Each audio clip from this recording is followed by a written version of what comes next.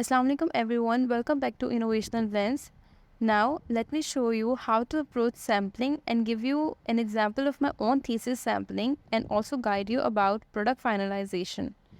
So here is my sampling. When it comes to sampling, it's best to work on a smaller scale because sampling is all about experimenting. So I had these three techniques: open screen printing, embroidery, and warp printing. I use the colors in open screen printing, stitches in embroidery, and threads in warp printing and manipulate them together according to my theme, which was global warming.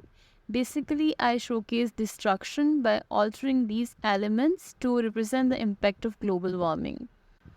Actually, I'm showing you my thesis work to guide you and help clear your mind about how to approach each step when working on your own thesis. It's like giving you a hand-on experience so you know what to do and how to proceed.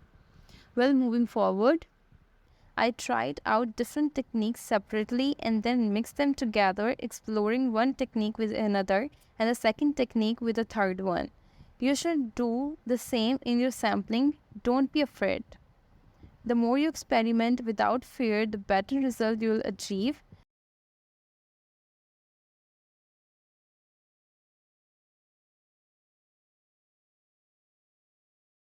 Then, from your samples, choose the one that you like the best and start working on your final product using those.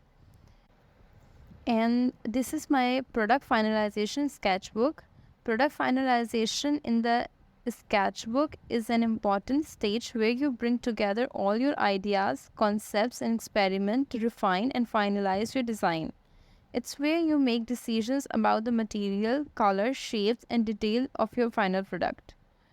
In your sketchbook, you can document and showcase your final design sketches, including front and back view, close-up design details, and any variation or options you are considering.